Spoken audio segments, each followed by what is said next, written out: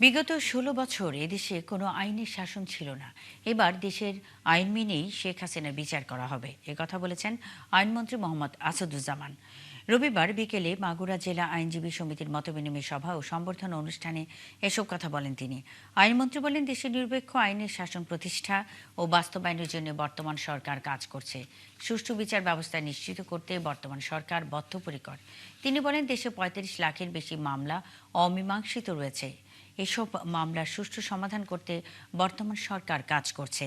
একই সঙ্গে দেশের আইনজীবীদের দক্ষতা বাড়াতে ৮০,০০০ আইনজীবীকে প্রশিক্ষণ দেওয়া হবে বলে জানান মন্ত্রী।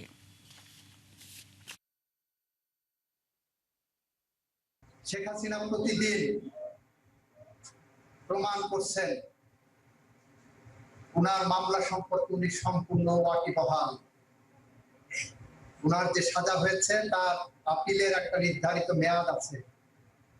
সেই মেয়াদ পার হওয়ার পরে উনি ডিলে কন্ডোনেশনের জন্য কি গ্রাউন্ড নেবেন আমি বুঝতে পারছি না, আমার মাথায় ঢুকছে না।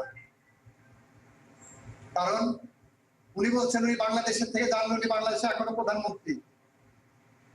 উনি বলছেন উনি বাংলাদেশের যে কোনো সময় ঢুকতে পারেন। উনি দিন তারিখ দিচ্ছেন ডিসেম্বর, ভালো কথা, কিন্তু আপনার মৃত্যুদণ্ডের আপিলের ডিলে কন্ডোনেশনের জন্য আপনি এইগুলো খণ্ডাবেন কিভাবে, সেইবার সেটা একটু চিন্তা করেন না।